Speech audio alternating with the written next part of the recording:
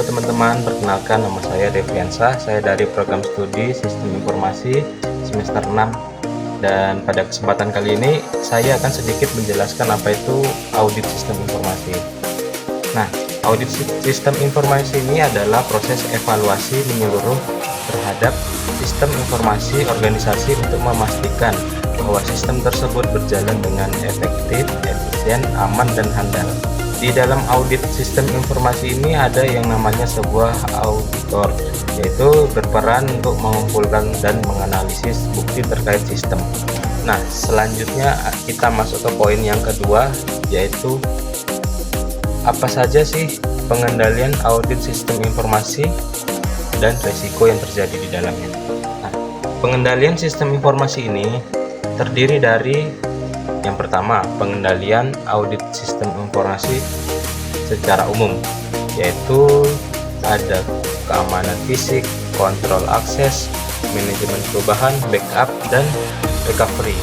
Dan yang poin kedua, pengendalian aplikasi, terdiri dari validasi input, pemrosesan data, dan output. Nah, selanjutnya ada juga risiko dari auditing ini. Yang pertama, risiko salah saji atau biasa kita sebut dengan misstatement informasi, risiko kehilangan atau kebocoran data, dan selanjutnya ada risiko tidak terdeteksinya kelemahan kontrol. Dan yang terakhir ada juga risiko human error.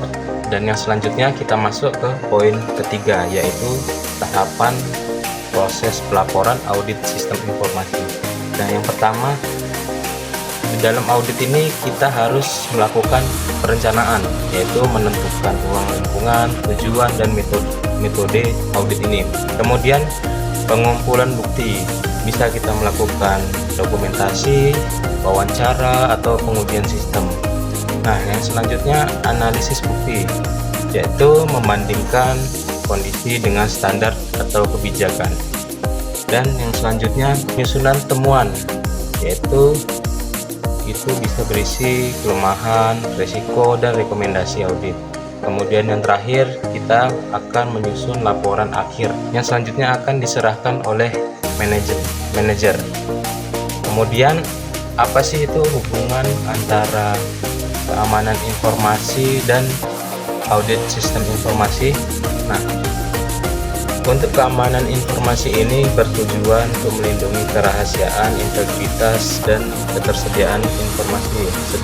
Dan audit sistem informasi ini berfungsi untuk memverifikasi apakah mekanisme keamanan tersebut berjalan dengan efektif dan sesuai kebijakan. Dan selanjutnya kita masuk ke poin keempat, yaitu ada sebuah studi kasus temukan bahwa proses backup data hanya dilakukan setiap 3 bulan sekali. Analisis risiko yang mungkin timbul dan apa rekomendasi saya. Nah, untuk analisis risiko yang akan terjadi yaitu kehilangan data terbaru jika ada kerusakan sistem tersebut.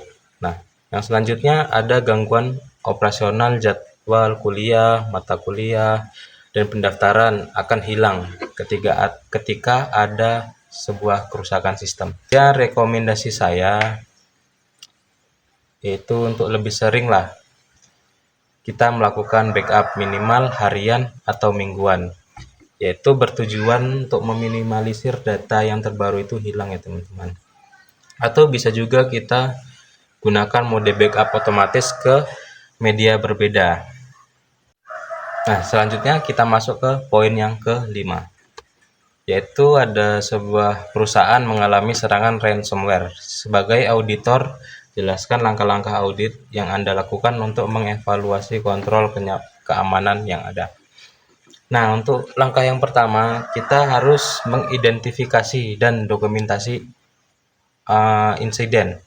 Bisa itu waktu kejadian, dampaknya, dan sistem yang terkena. Nah, yang kedua, evaluasi kebijakan keamanan.